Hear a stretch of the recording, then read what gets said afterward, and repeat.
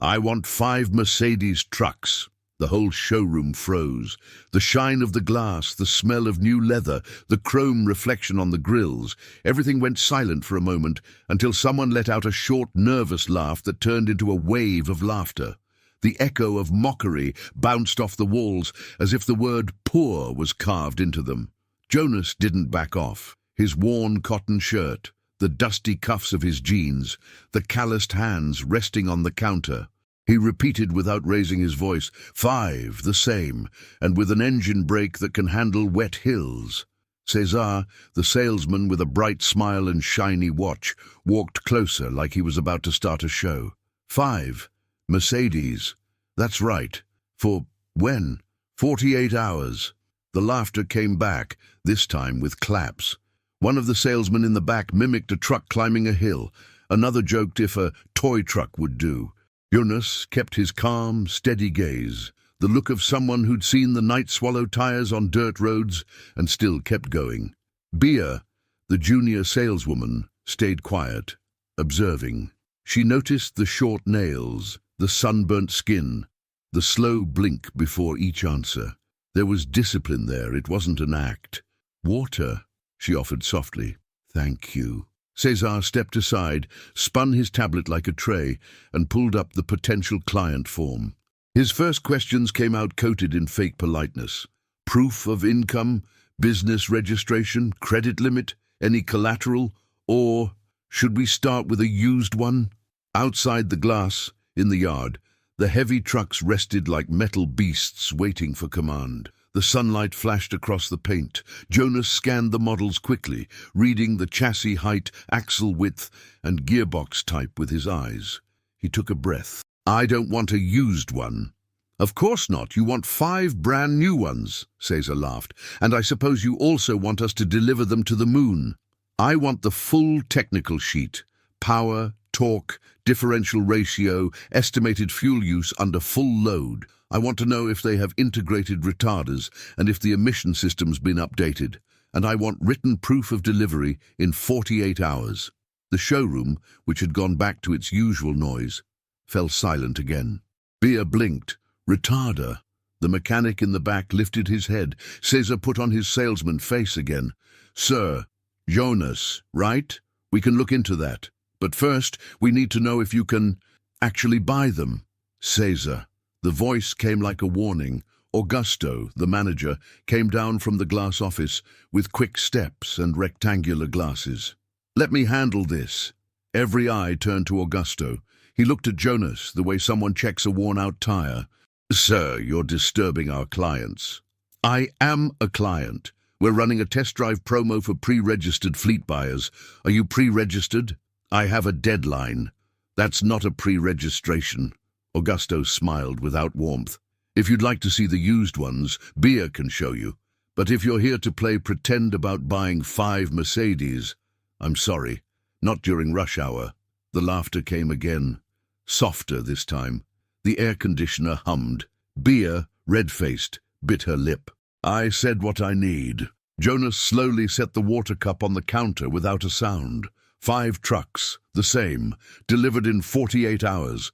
With all the specs I listed, everything in writing. The words in writing hung in the air like a bell. Mr. Jonas, Augusto spoke patiently, the patience of someone holding a door open for you to leave. Mercedes isn't a street market. We have procedures. So do I. What kind of procedures? César sneered. The kind that keep families employed. The sentence sliced through the room like a sharp blade. Bea felt a strange chill, as if the air had shifted. Let's do this. Augusto put on his salesman's closing smile. You leave a deposit, a business email, a banking reference, and we'll review it. There's a waiting list, sir. These aren't shelf trucks. I'm not leaving a deposit until I see a written offer. You think you run this place? I think respect runs everywhere. César laughed loudly. Then respect our time, buddy. Bea broke the tension with a question. What routes do you plan to drive? Mountains, rain, what kind of load? Jonas turned his eyes to her. Wet hills, mixed loads, seasoned wood and granular material, 12-hour shifts, drivers taking turns. I need strong engine brakes, a gearbox that won't overheat under pressure, and full-load fuel use that won't break the cooperative's budget. Cooperative? Augusto repeated, mocking. Of 120 families. The showroom seemed to shrink. Someone at the back checked their phone. A beep signaled a message. Cesar pulled back the tablet, took 2 steps, and muttered under his breath, "Look, man, we're not a charity. If you want help, there's an old truck outside. That one you can pay in installments." Jonas looked at the manager, not the salesman.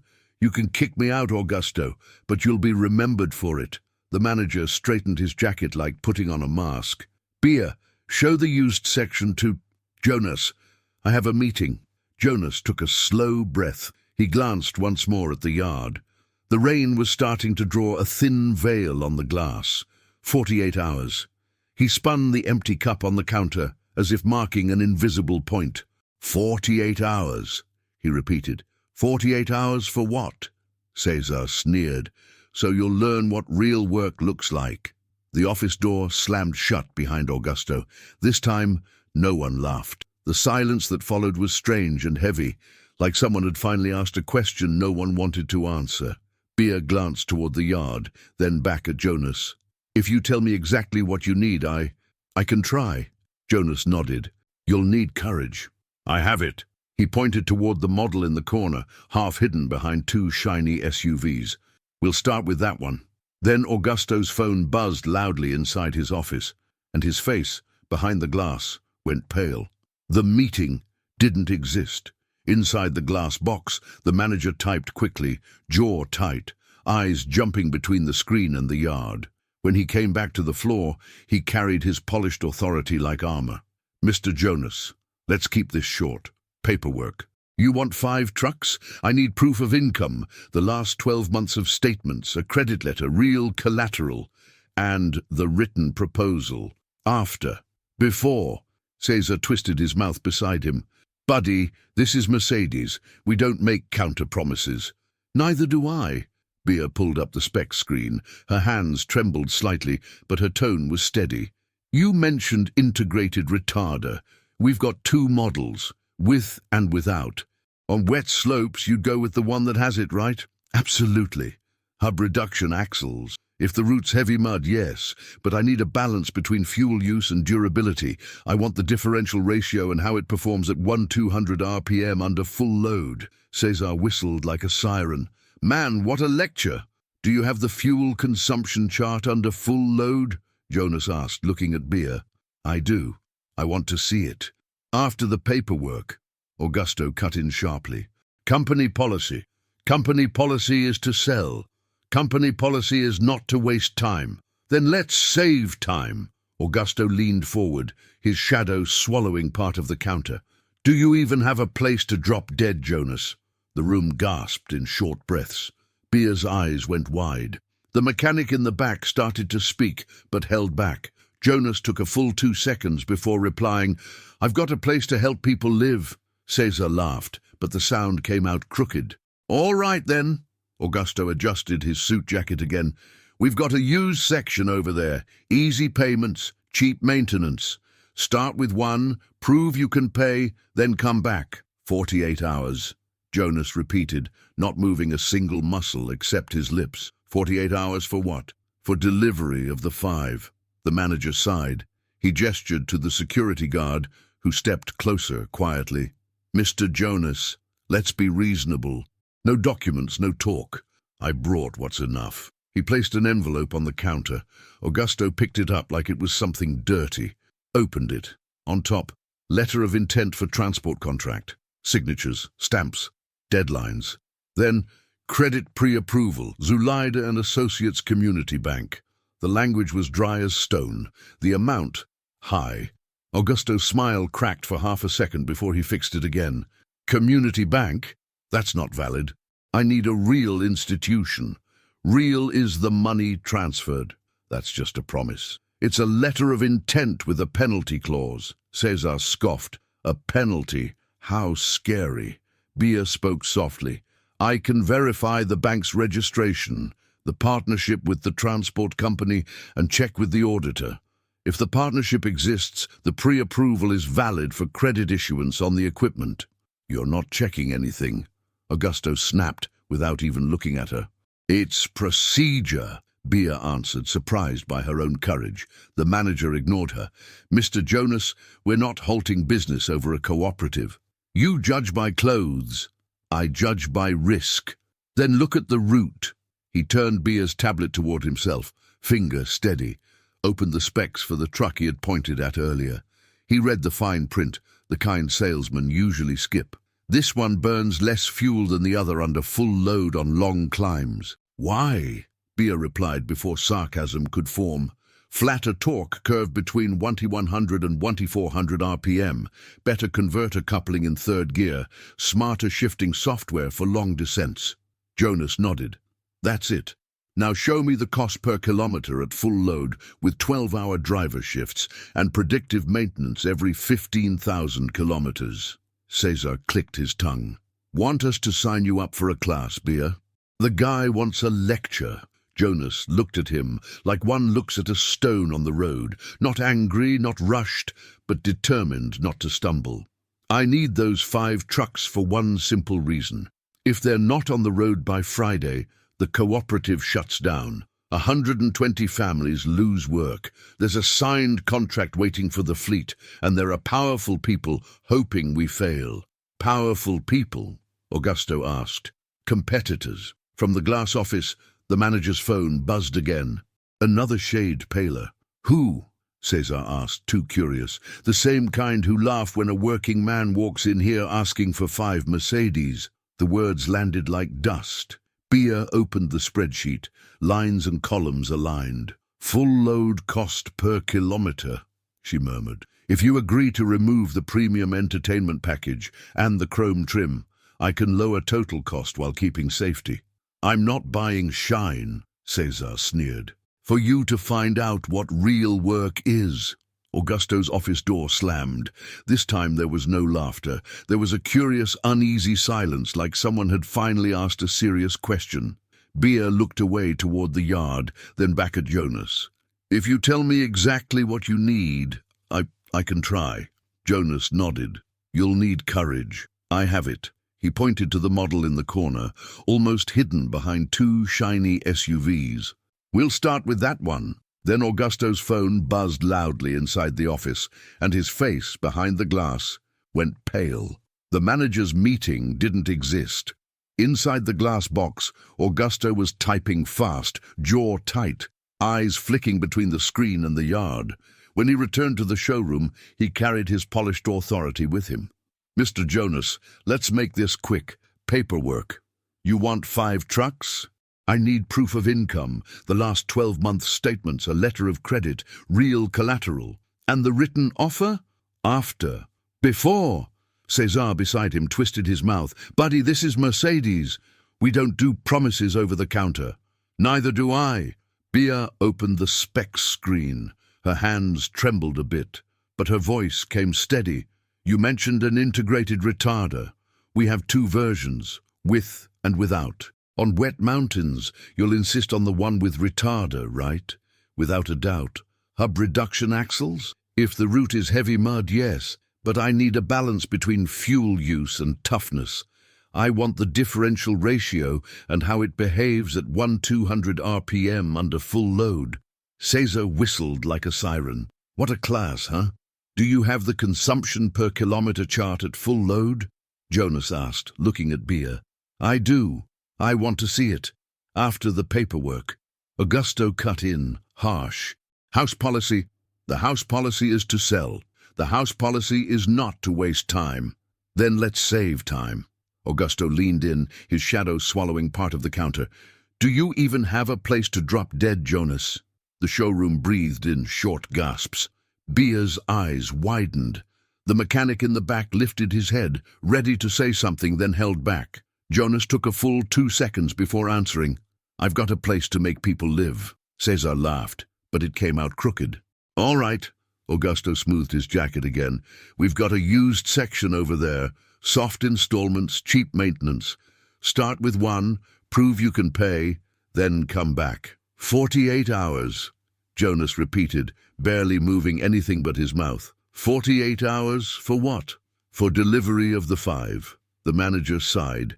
He signaled the security guard, who stepped closer without a word. Mr. Jonas, let's cooperate. No documents, no deal. I brought what's enough. He set an envelope on the counter. Augusto picked it up like it was something wet with disgust. He opened it. On top, letter of intent to hire transport. Signatures, seals, deadlines. Next, pre-approval of credit. Zulaida and Associates Community Bank. The wording was dry as stone. The amount, high. Augusto's smile cracked for a second, but he quickly fixed his face. Community Bank? That won't do. I need a real institution. Real is the money transferred.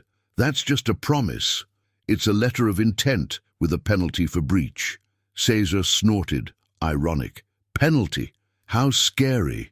Bia, in a low voice, I can check the community bank's registration, the agreement with the partner carrier, and consult the auditor. If the agreement exists, the pre-approval is valid to issue credit secured by the equipment.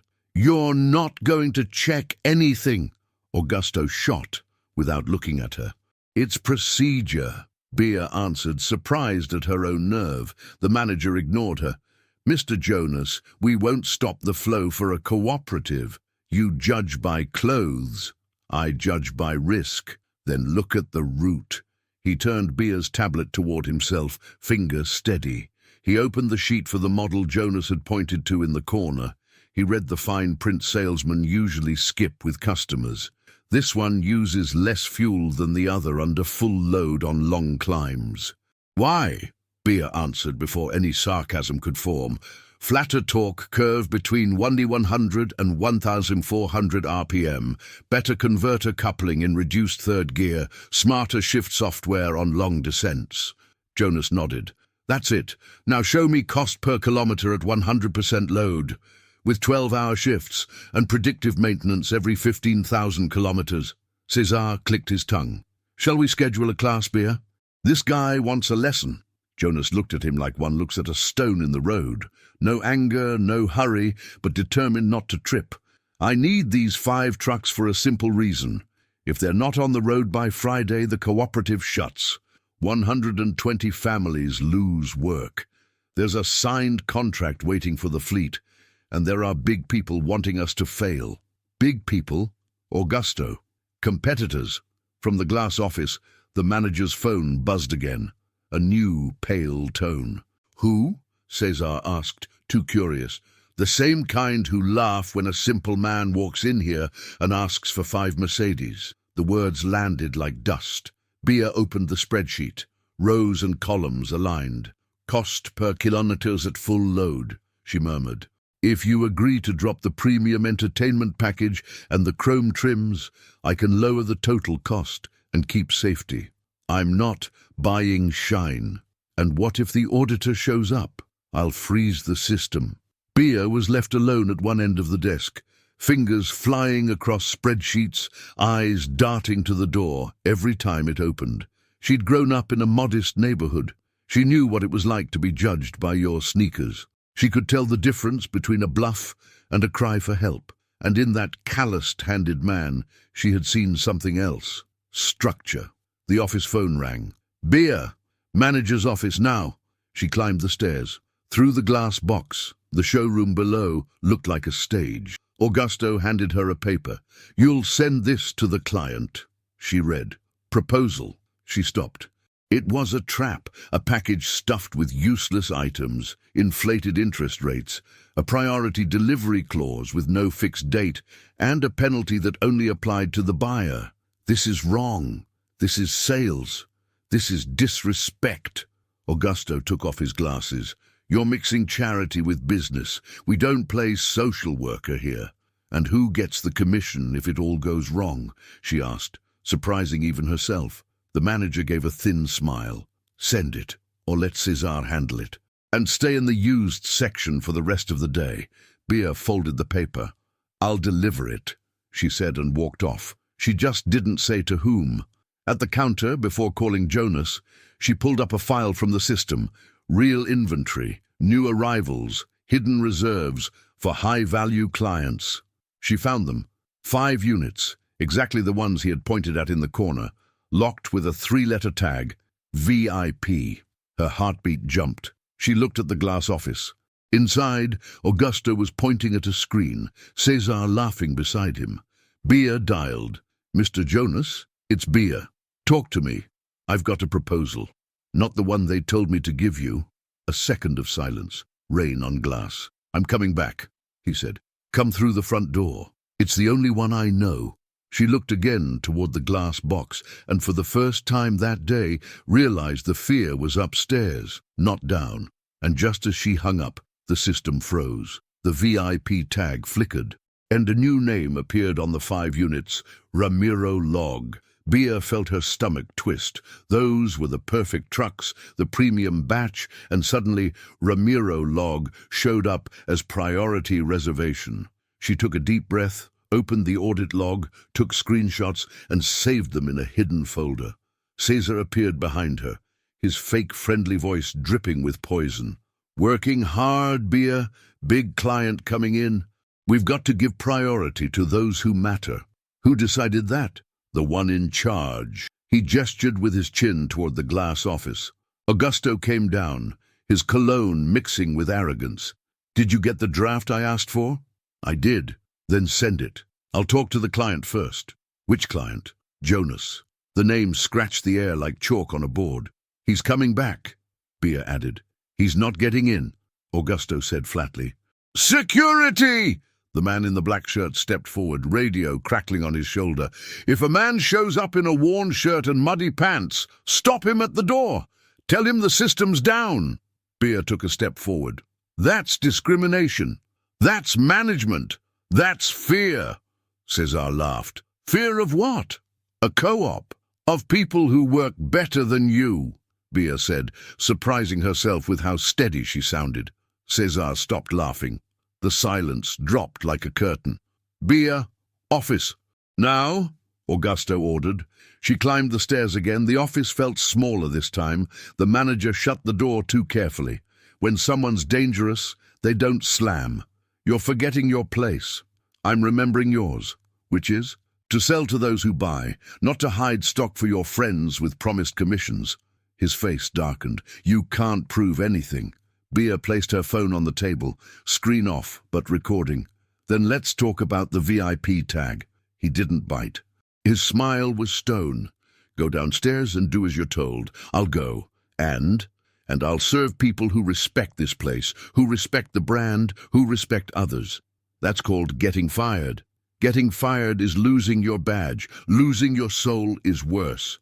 Augusto exhaled heavily. "You think I don't know who Jonas is? Community bank, letter of intent, cooperative? That's smoke. What I have here is a reservation from a big client, with name, record, and buying power. You really think I'll throw that away for some social act? I don't think I see." "See what?" "That if this deal is signed without a firm deadline, the project will stall, and your reservation will blow up in your face. But if I add a delivery date and a fine, we deliver, the city moves, and Mercedes becomes the hero." He leaned close, his small eyes shining. "You won't add any deadline." "I already did." Bea went down before he realized. At the counter, the security guard was already positioning himself like a human door. The radio hissed again. "Bea, you okay?" The mechanic called from afar. "I'm fine. It's just that guy earlier. He knows his stuff." "I know." The automatic door hissed open. Jonas stepped in, soaked. The guard moved his arm. "Sir, system's down. Please come back later." "I came to talk." "Come back later." Bea crossed the floor. "He's my client." "Manager's orders," said the guard without looking at her.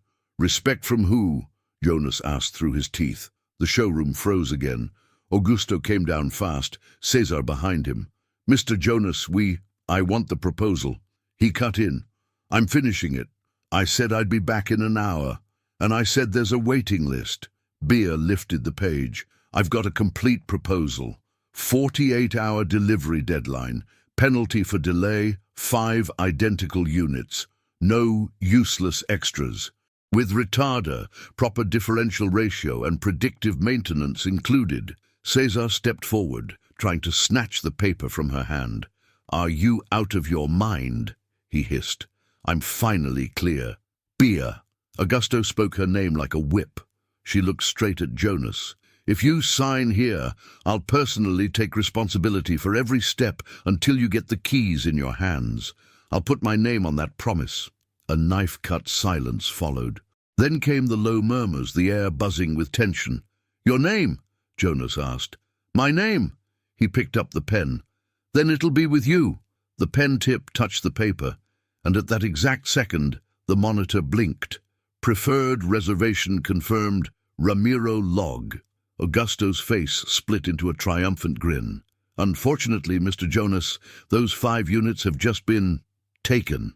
"Taken by who?" Bia asked, already knowing. "Preferred client, preferred by the manager, not the brand," Jonas said. Cesar shrugged. "Business." Jonas set the pen down. His hands, steady on mountain descents, now trembled from holding back. "Then we'll do it differently." "Differently how?" Augusto asked. "A written proposal for the next 5 identical units. Same conditions. Double the penalty for delay. We don't have a delivery date." "You're afraid." "We have rules." "So do I." He leaned in, and Bia saw it up close. It wasn't anger. It was dry grief for every time a man in a fancy suit thought he could step over another man's world. "If you refuse to sell, I'll go to the press. Not with tears, with facts." "Facts?" Cesar sneered. "Letter of intent. Pre-approval. System screenshots showing locked stock-tagged VIP for the manager's buddy." Augusto turned sharply. "What screenshots?" Bia raised her phone for a second. She didn't need to show them. The gesture was enough. The manager froze. "Security," he started, but the word died halfway. The guard's radio crackled with a metallic voice. "Auditor at reception." Everyone turned toward the entrance. A man in a plain blazer stood there, briefcase in hand, ID badge hanging from his neck. "Good afternoon," the auditor said, scanning the room with eyes that weighed morals, not people. "I'm from the partner transport company and the Associated Bank. I came to validate the contract, the credit and fleet availability." Cesar dropped his tablet. Bia took a deep breath. Jonas tightened his grip around the pen. And right there, with the auditor standing at the door, Augusto's mask finally started to crack. The auditor opened his folder like someone opening a mirror. Each page reflected something different on the faces around him. Augusto tried to hide the sweat gathering at the tip of his nose. Cesar fought a nervous twitch at the corner of his mouth. Bia stood next to Jonas, clutching the proposal she'd written herself. "Good afternoon," the auditor said again. "I received a request to verify credit and fleet availability related to the cooperative's emergency contract." "Ah, yes," Augusto jumped in quickly. "But there's been some confusion. The client isn't officially approved yet." "He is." Jonas handed over a sealed envelope. "Letter of intent and pre-approval, signed. Full amount. Delivery schedule included." The auditor flipped through the documents. "Community Bank Zulaide and Associates. Partnership registered, certification active. Everything checks out." Silence fell like heavy rain on the roof. Cesar cleared his throat. "But you see, this kind of credit is unusual." "Unusual isn't illegal," the auditor replied without looking up. "And Mercedes doesn't discriminate based on where the money comes from, only on whether it's paid." Jonas crossed his arms. "You want to know if I can pay? Well, I can. But what brought me here isn't money, it's time." Augusto tried to regain ground. "The issue, Mr. Jonas, is the deadline. Deliveries like this, within 48 hours, require special logistics. Our lots are already reserved. For Ramiro," Bia cut in, staring right into the manager's eyes. The auditor raised his head. "Ramiro," Jonas nodded. "Direct competitor. Placed his reservation the same day, minutes after my first visit." The auditor took notes. "Interesting coincidence." "Coincidence, my foot," muttered the mechanic from the back, loud enough for everyone to hear. "That guy locks the system whenever a working man shows up." Augusto's jaw tightened. "Watch your words! Watch your actions!" the mechanic shot back. The air thickened with tension, static hanging between them. Jonas broke it first. "Let's go outside. I want to see the trucks, to check if they're as ready as they claim." The auditor nodded. "Good idea. Let's inspect the lot." They all walked out. The smell of oil and rain mixed in the air. The trucks lined up like sleeping giants. Their metal bodies gleamed in silver and deep blue, raindrops sliding down the mirrors. Jonas walked among them, not as a visitor, but as someone who understood every detail. He ran his hand along one truck's side, noting the uneven wear on the front tire. This one was driven without proper pressure. The mechanic frowned. "How can you tell?" "Wear like that doesn't happen after 4 kilometers in the yard. This tire's been on the road, under partial load." The auditor kept taking notes. Jonas climbed into the cab, adjusted the seat, started the engine. The deep rumble filled the air. He shifted into first, then second, and listened to the engine brake growl.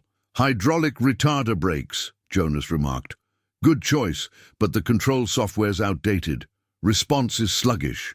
The mechanic nodded again, impressed. Cesar whispered to Augusto, "He's giving a full-on class."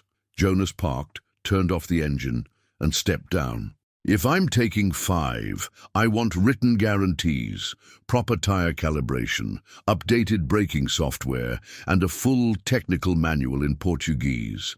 I want a contract with double penalty for delay, and I want all of it in writing." The auditor turned to Augusto. "Can you arrange that?" The manager clenched his jaw. "I can check availability." "Check it now." While he pretended to scroll through his phone, Jonas turned to Bia. "You understand what's really happening, don't you?" "I do. This isn't just about trucks." "I know.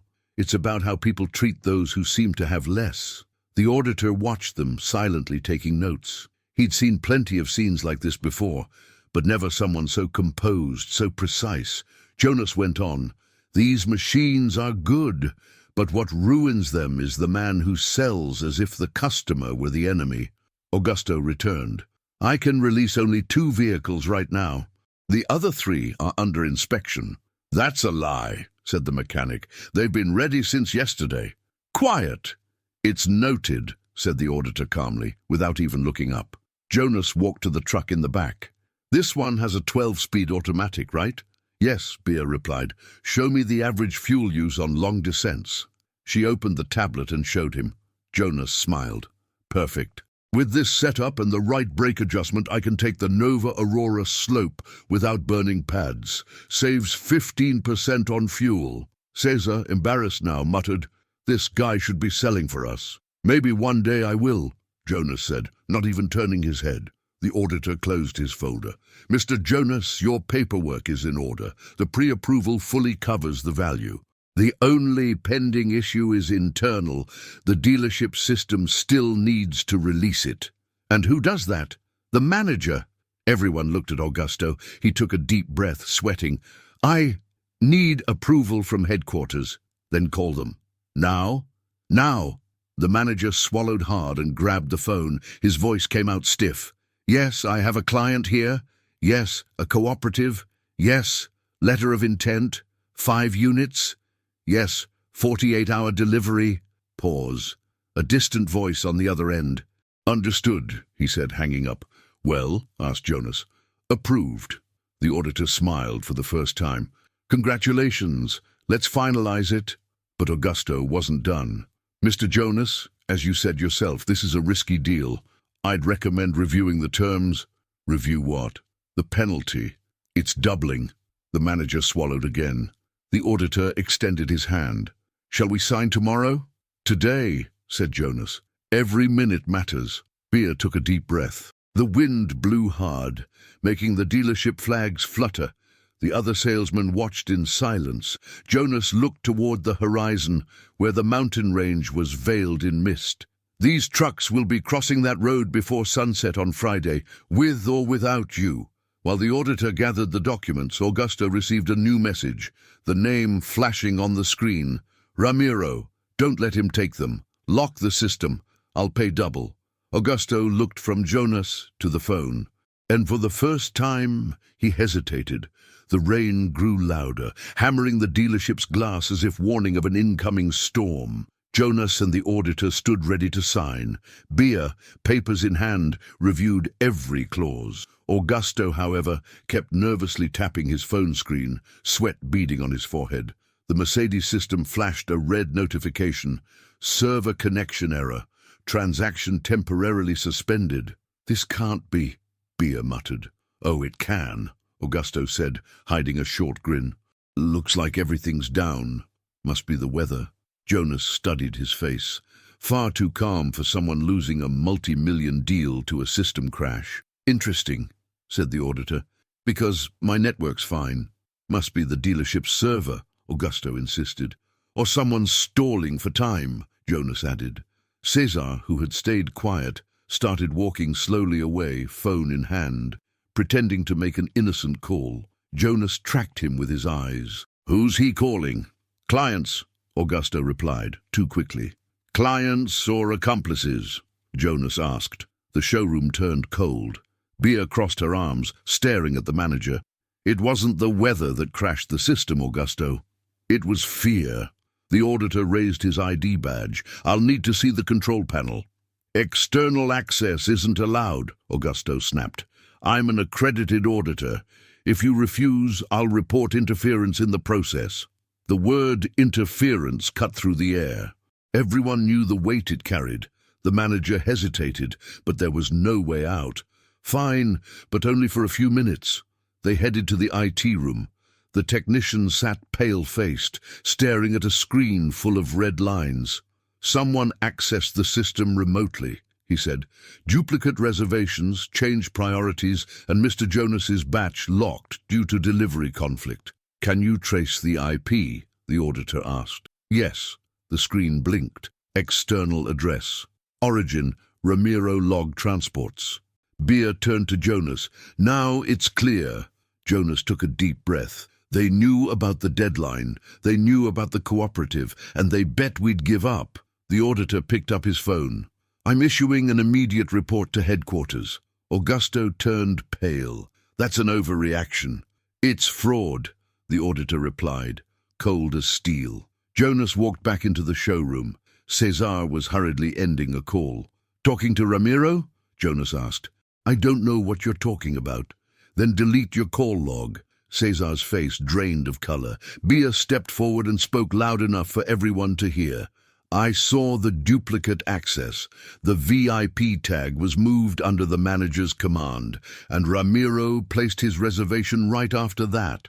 The other salesmen, the ones who had mocked Jonas before, now looked at one another, unsure where to rest their eyes. "Jonas," said the auditor, "headquarters will need formal proof. Can you send me all the cooperative's documentation?"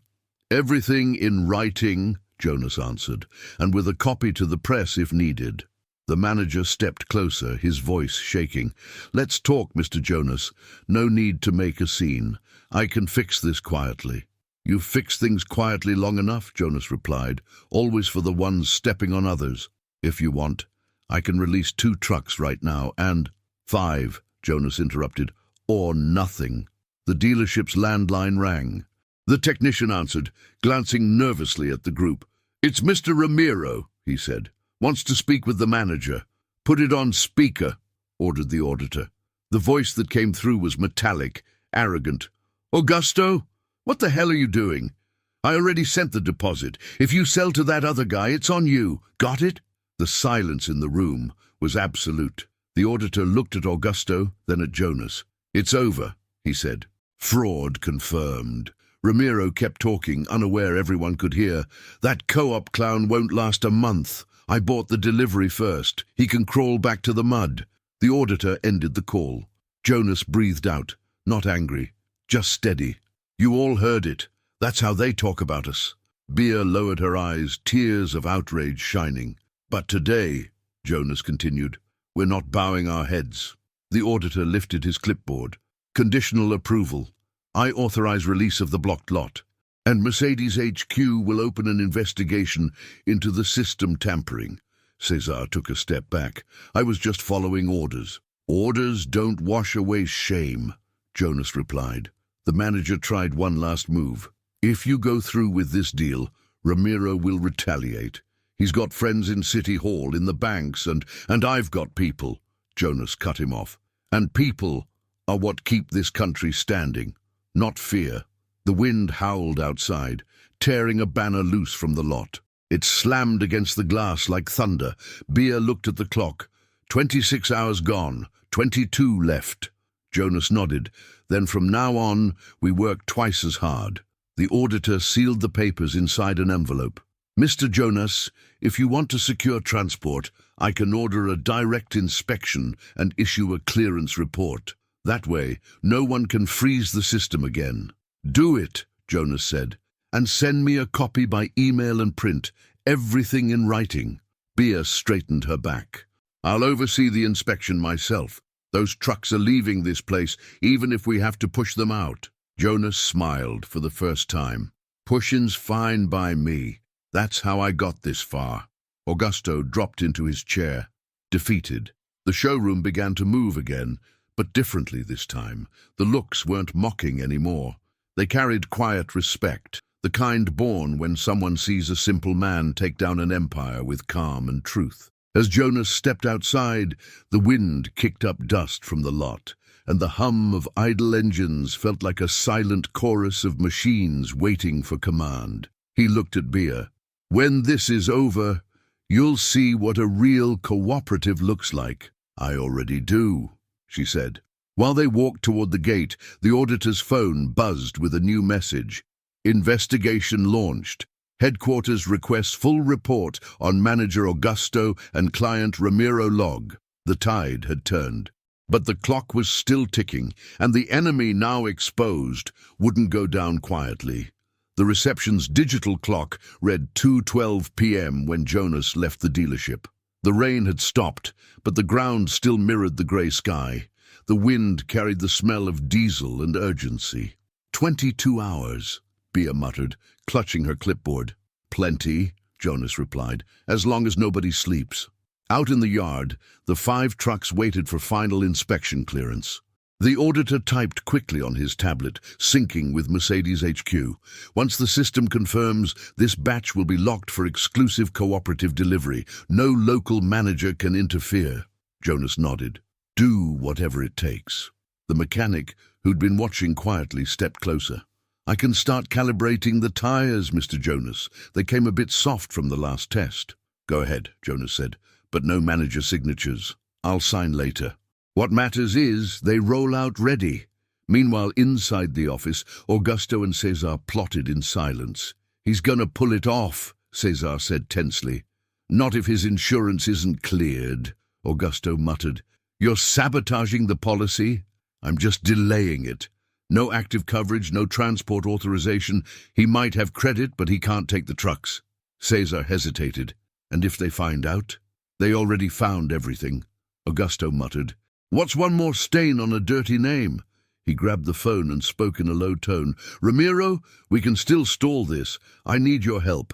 Get me someone inside the insurance company to block the inspection. Any excuse, any comma in the contract that can justify a delay. Outside, Bea organized the tech team.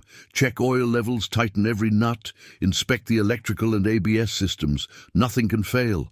The auditor watched, impressed. She works like someone who's lived the road. She understands people, Jonas replied. His phone buzzed, a message from an unknown number. Step aside, Jonas. Final warning. You won't reach the mountain. He showed it to the auditor, who took a photo. Another proof of intimidation. Jonas slipped the phone into his pocket. They think fear stops me. Fear just teaches me the fastest route. By 5:40 p.m., the inspection was complete. The digital report was uploaded to Mercedes headquarters, but the insurance system suddenly froze. Integration error, said the tech. Without insurance, we can't issue the transport document. Bea frowned. That's sabotage. The auditor nodded. Most likely. The insurance company's tied to Ramiro. Jonas sighed. How long to fix it? Officially, 12 hours. And unofficially. Depends on who picks up the phone. Bea grabbed the landline. Fleet Insurance Department, I need the integration supervisor. Yes, internal code 775MC. Silence. Then a man's voice. This request is on hold. Order from the regional board. And who's the regional board? She asked. The call disconnected.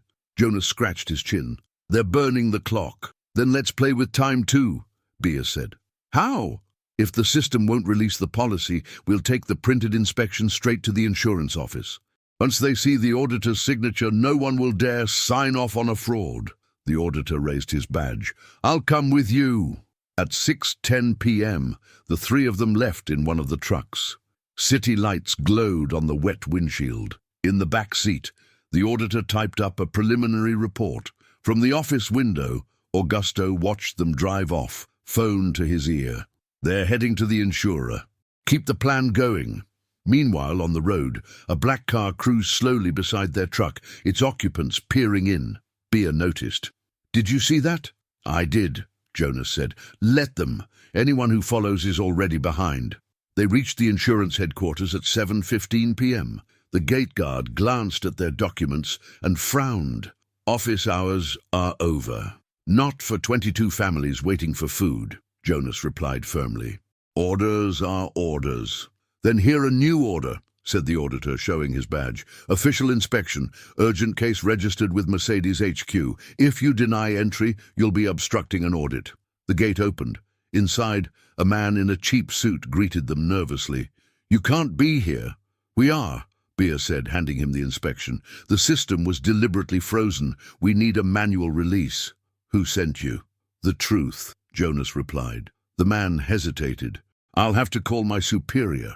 Do it, the auditor said. The call was brief. The man hung up and lowered his eyes. You're cleared. Direct order from São Paulo headquarters. Jonas nodded. There's always someone above the corrupt. By 8:40 p.m., the papers were signed. Insurance is active, the auditor confirmed. Nothing else stands in the way. Bea checked her watch. 19 hours left. Jonas smiled. Then the road is ours. Back at the dealership, Cesar was biting his nails. They got the insurance. Augusto turned pale. Impossible. It's real. The system just released the batch. The manager hurled his phone against the wall. It's not over. They still need plates and transport authorization. The DMV doesn't open until 8 a.m. And if they show up early, they won't make it. I already made the call. But at 9:30 p.m., out in the yard, Jonas stood beside the trucks under the yellow lights. We'll do what we can tonight. Plates, decals, final checks. When the sun rises, this fleet rolls. The mechanic brought over a toolbox. These trucks have never seen so much hurry and care at once. That's the weight of keeping your word, Jonas said. Inside, the dealership phone rang again. Augusto picked it up. Unaware the auditor was still nearby, recording. Yes, Ramiro. It didn't work, but I can still stop them. I've got a contact at the highway checkpoint.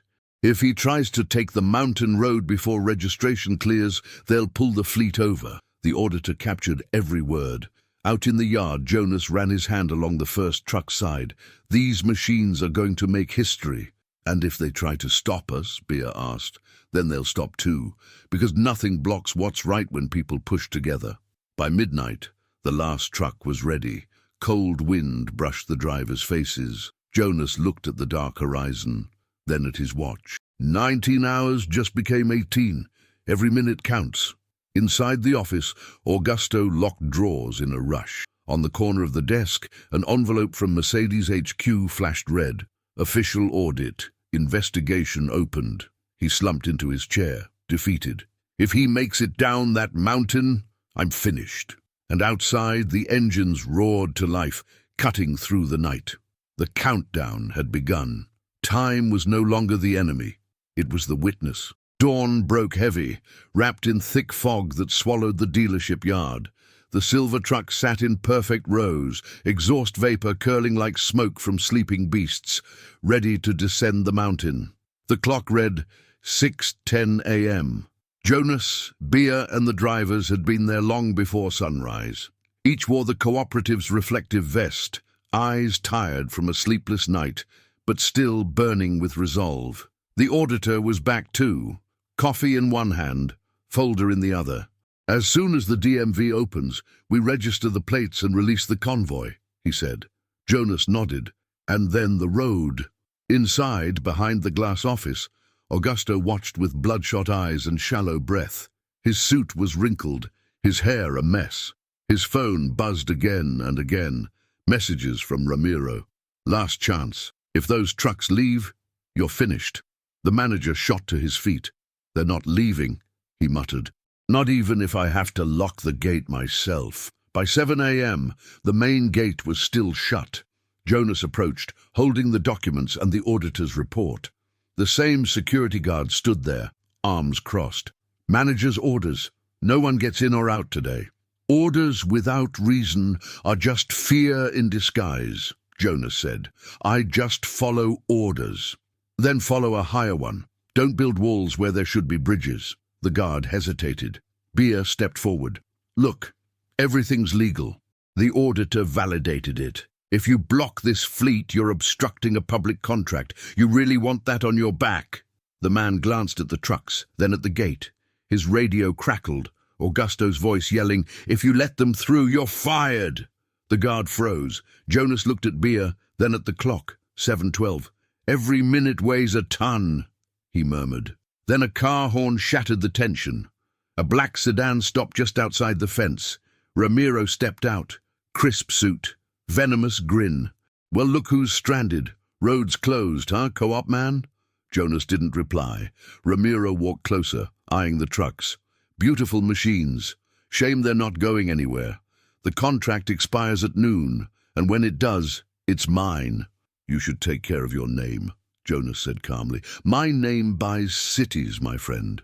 But it doesn't buy respect." Ramiro laughed. "Respect doesn't pay bills." "But it avoids prison," said the auditor, stepping up behind Jonas, badge around his neck. Ramiro's smirk faltered. "Who the hell are you? The one recording every word you say."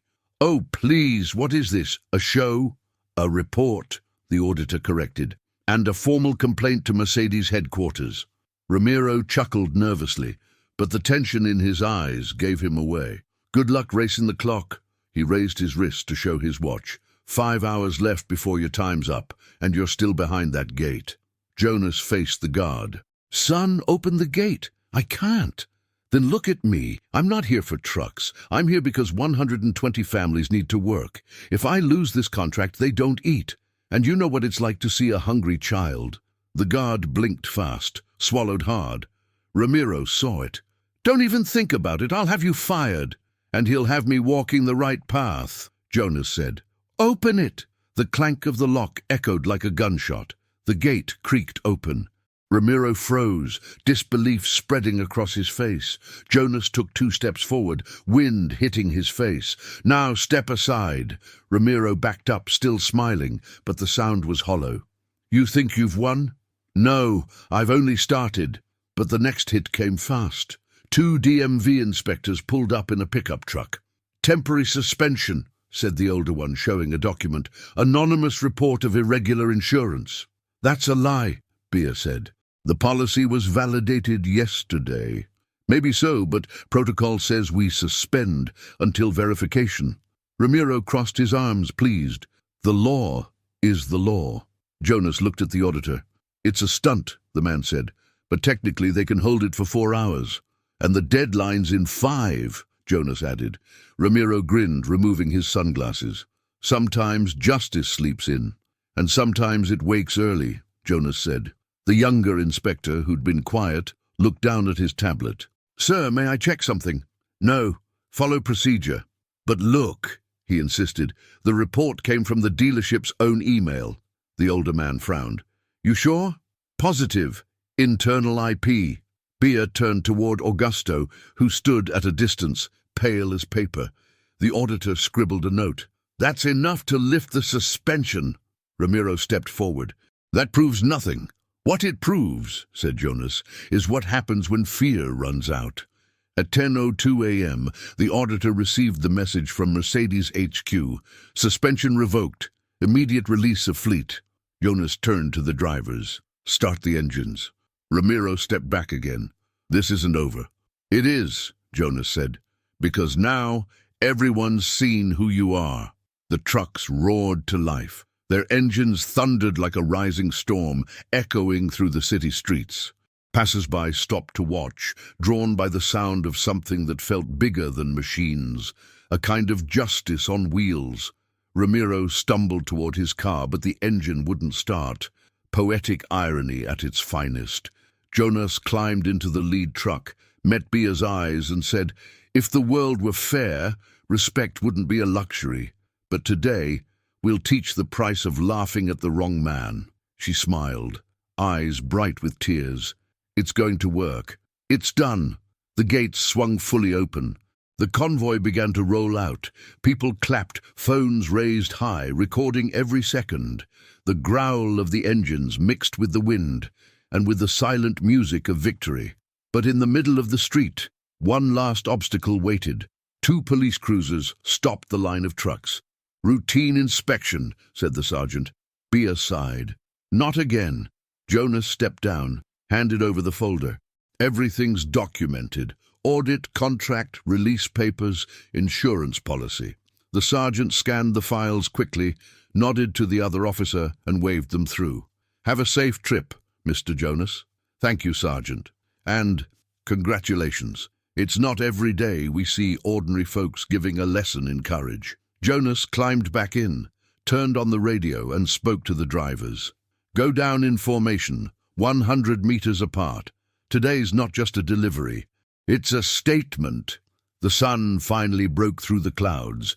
The trucks rolled forward, tires hissing over the wet road, their sound rising like an anthem of freedom.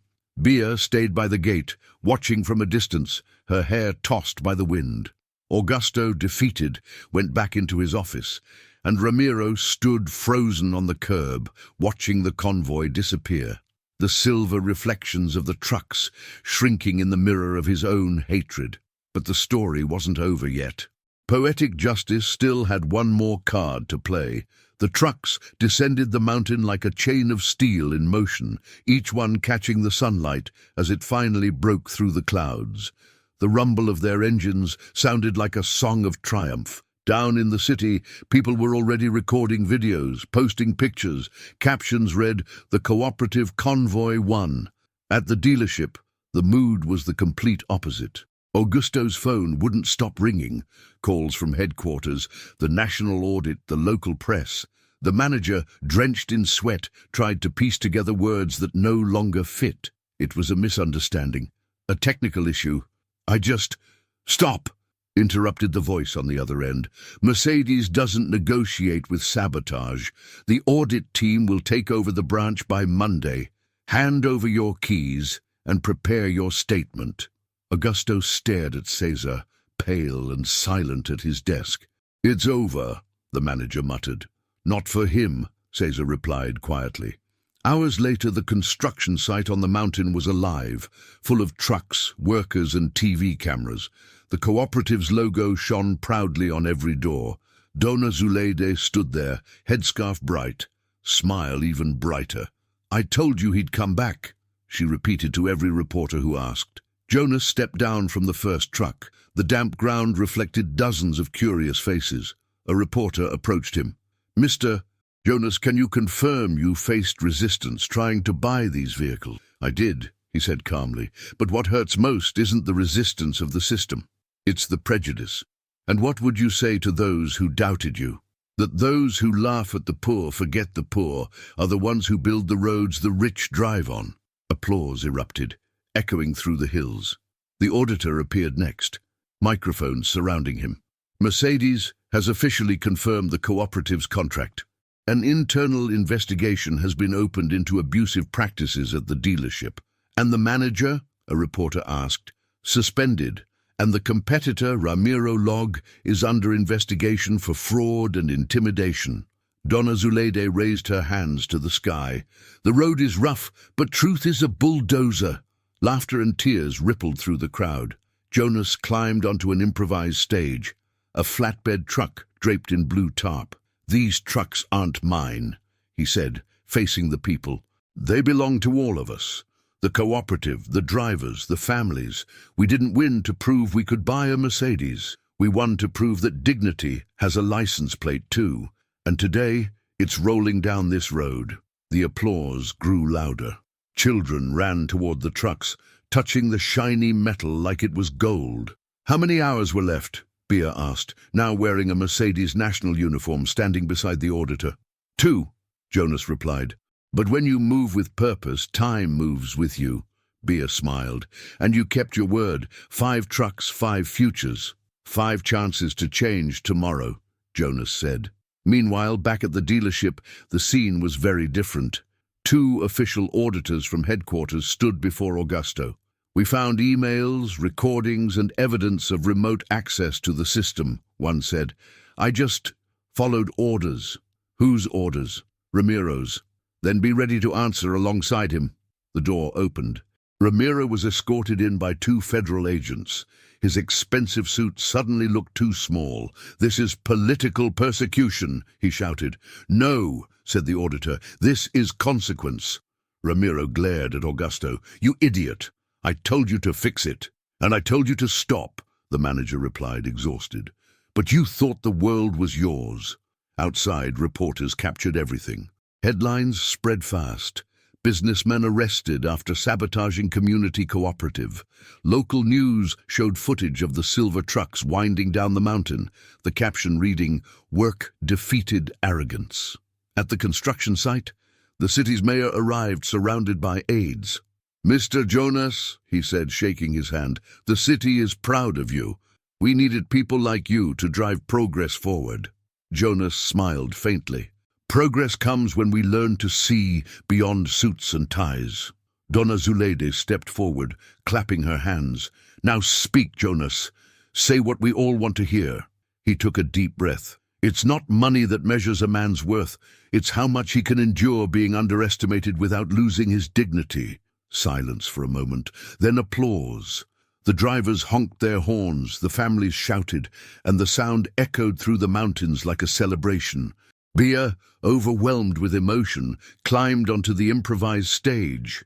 Mr. Jonas, the board has appointed me head of the new cooperative division, and they want you to be our first official partner. Jonas looked at her with genuine respect. You were the only one who treated me like a human being from the start. If anyone here deserves a title, it's you. She smiled, holding back tears. Then we start together. Together, he repeated. By late afternoon, as the trucks unloaded the first batch of construction materials, a TV crew asked the final question.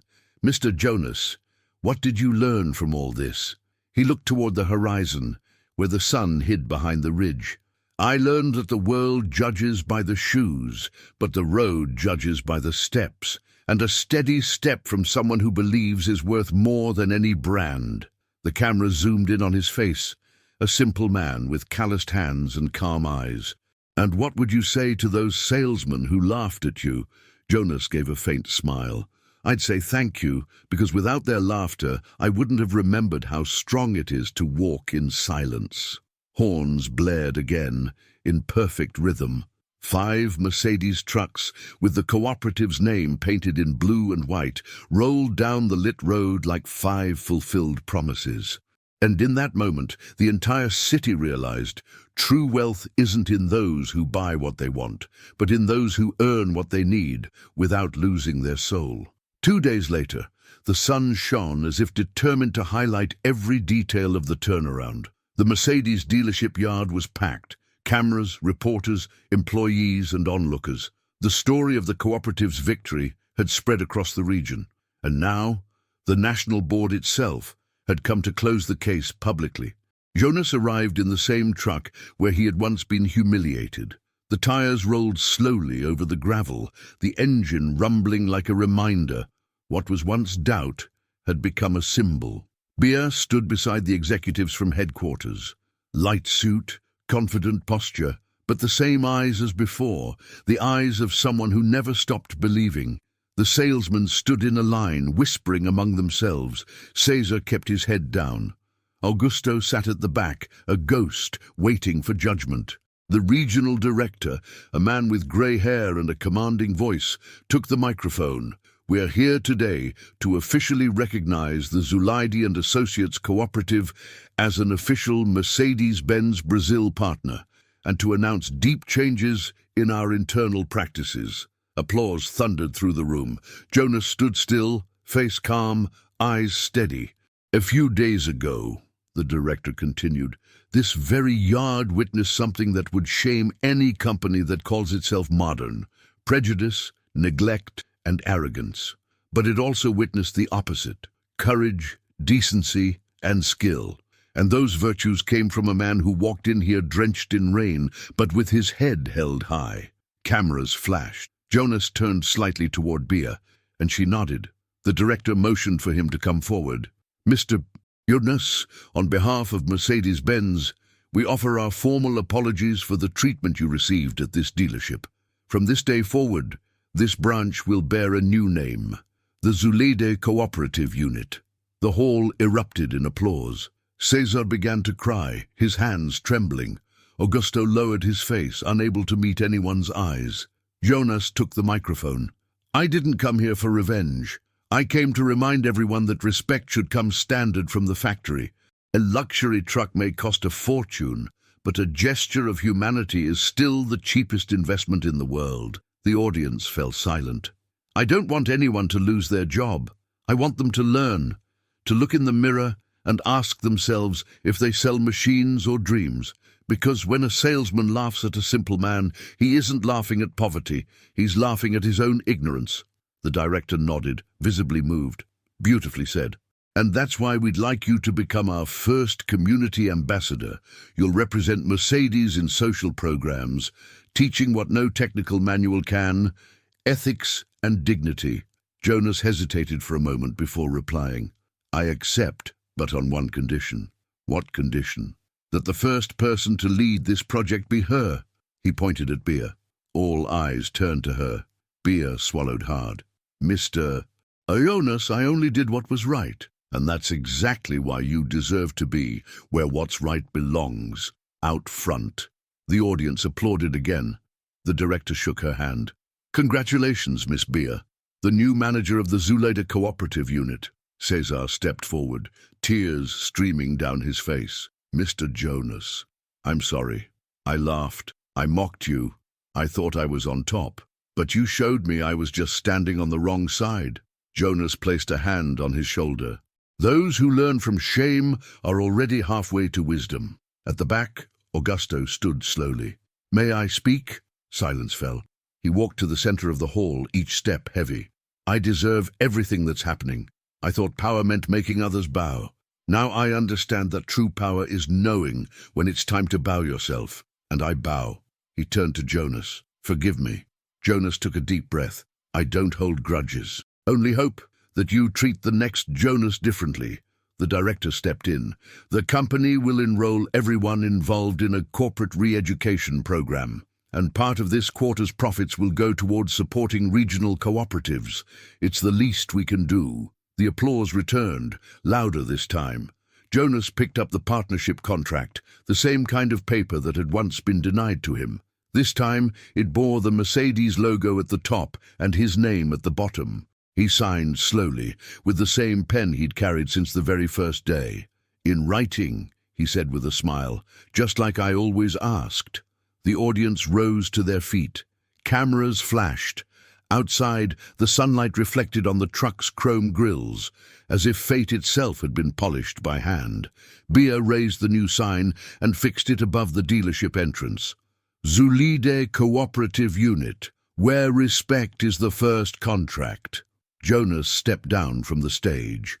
People crowded around, eager to shake his hand. A reporter asked, Do you believe the world changed after all this?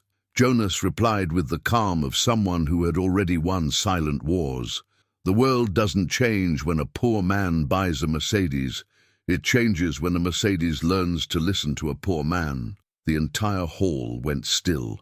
The sentence hung in the air, vibrating like truth itself. Bea lowered her eyes, moved. The director took a deep breath and began to clap, the sound spreading like a hymn of justice. And as the crowd dispersed, Jonas quietly stepped outside. He walked to the nearest truck, ran his hand along the metal, and looked at his reflection in the polished surface. There he saw the man they once called a dreamer, the one who answered every insult with proof. He climbed into the cab, turned the key, and the engine roared again, steady, clean, victorious. In the rearview mirror, the dealership's new sign gleamed. Out on the road, the 5 trucks waited, ready for another day's work. Jonas pressed the accelerator, and as the engine found its rhythm, he murmured, "Now, respect is on the road." The weeks that followed were a whirlwind of events. What began as a simple purchase became national news. Newspapers ran headlines like, "Ordinary man teaches luxury dealership a lesson in dignity," "Poor cooperative shows a giant the meaning of respect." Videos of the truck delivery went viral. One clip, the moment Jonas said, "The world changes when a Mercedes learns to listen to a poor man," reached millions of views in just days. Suddenly, the calm voice of a cooperative leader had become a symbol of something far greater than himself. In town, the cooperative flourished. The silver trucks crossed the highways daily, carrying wood, recyclables, and hope. The drivers wore uniforms with the cooperative's name stitched on their chests and the Mercedes emblem on their shoulders, an unlikely perfect blend, hard work and prestige side by side.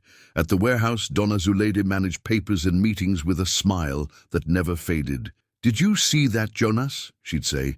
"People from all over the country sending messages, wanting to copy our model."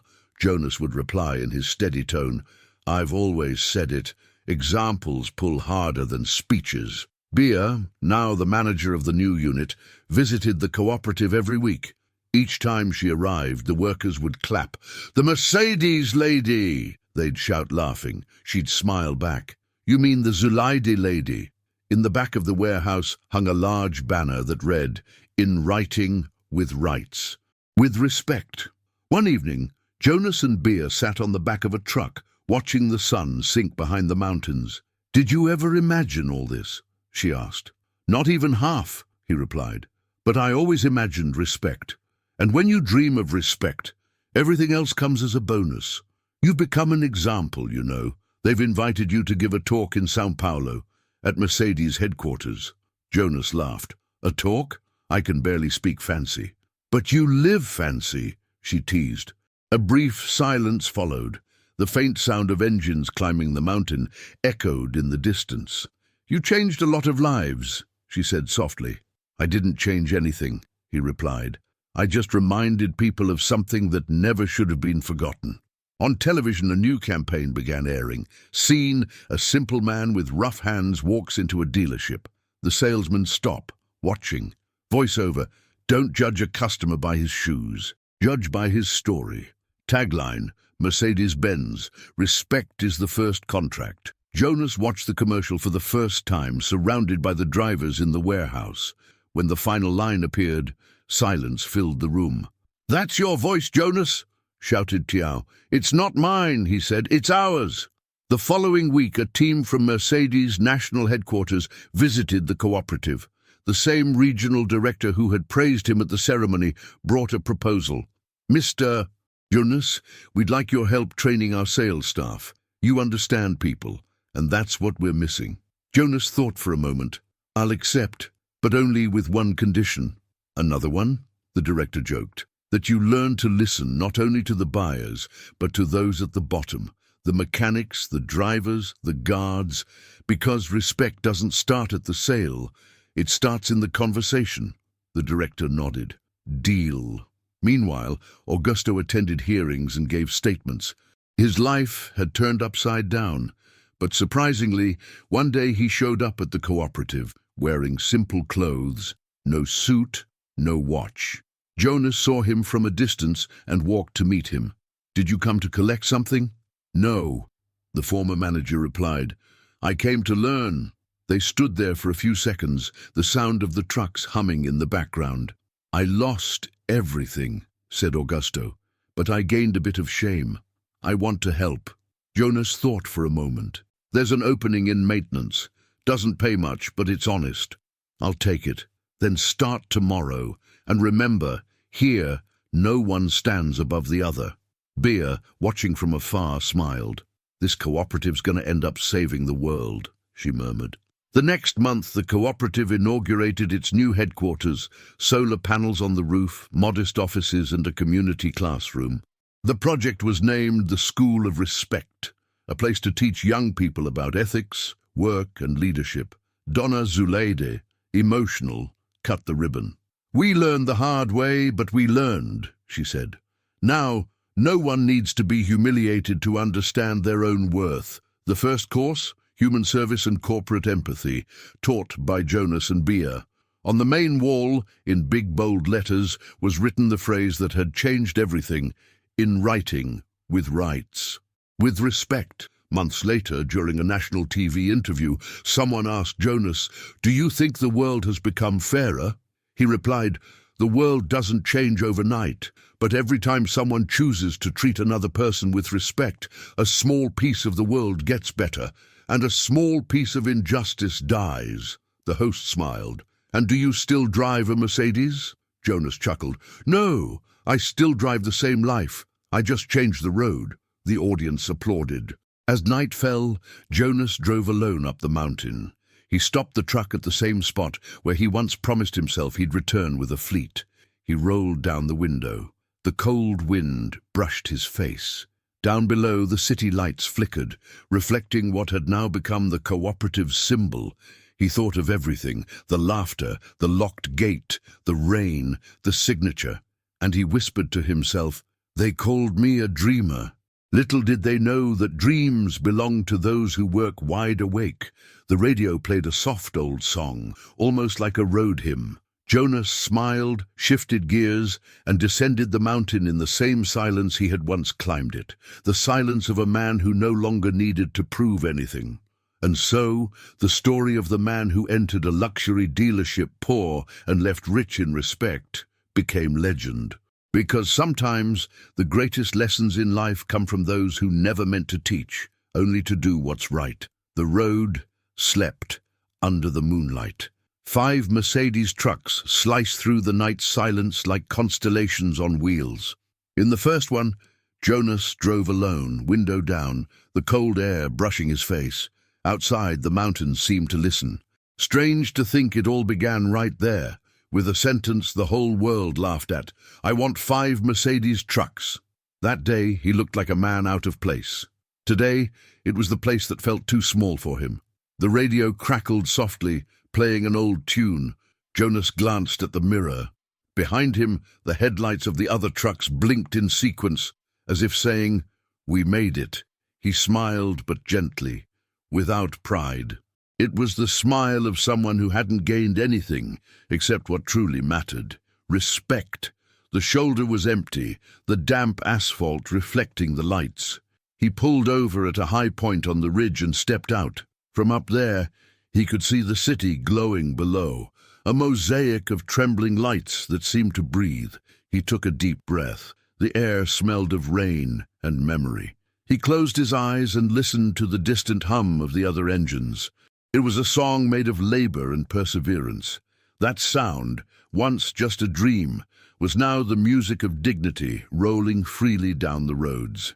He remembered the first time he'd stepped into that dealership, the mocking laughter, the glass of water, Bea's steady gaze, the soft rain on the window. He remembered the manager's words: "Mercedes isn't a street market," and he thought, neither should respect be a luxury item. The wind blew stronger. He looked to the horizon and saw a truck approaching slowly, Tiao's, his loyal friend. Tio parked beside him and stepped out, smiling. "Beautiful, isn't it?" "It is." "Who'd have thought, Jonas? 5 Mercedes trucks in our cooperative." Jonas laughed. "Who'd have thought the hard part wasn't buying them? It was teaching people how to sell with soul." They stood in silence for a while, watching the sky begin to lighten. "And now?" Tiao asked. "Now we keep going, because respect isn't a trophy, it's a habit." Bea arrived soon after in an official car. She stepped out, wind tossing her hair, but her eyes still shining the same way as before. "I'm late for class at the School of Respect," she said, smiling.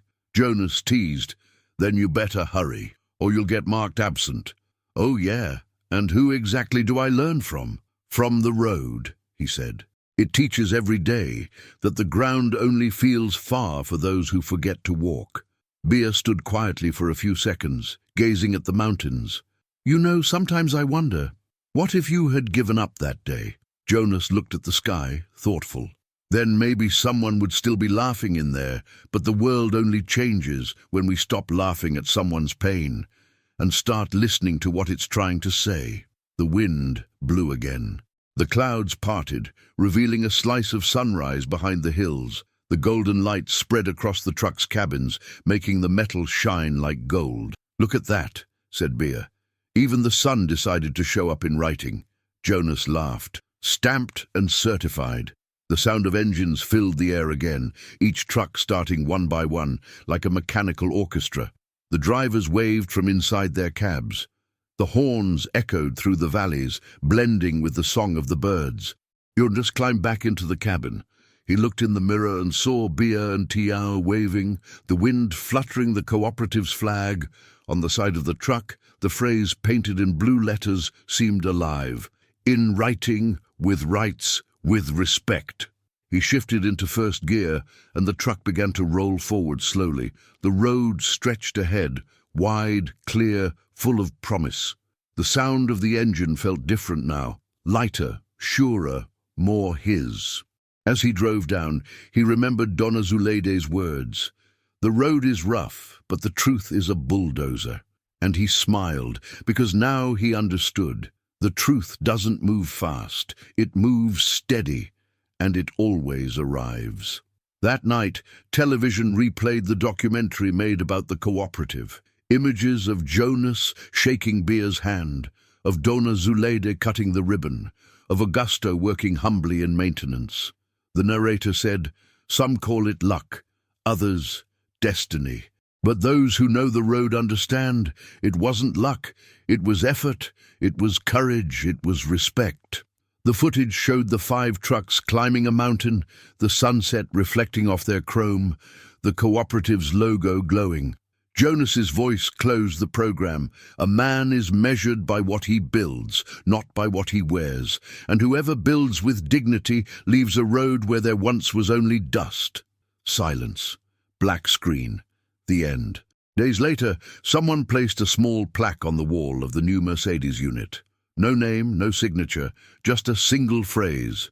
"Humility makes no noise, but it's what keeps the world's engines running." And when the morning sun hits it each day, the letters shine, as if reminding anyone willing to listen that the greatest lesson in life came from a man who only wanted 5 trucks, and ended up delivering a lesson to all of humanity.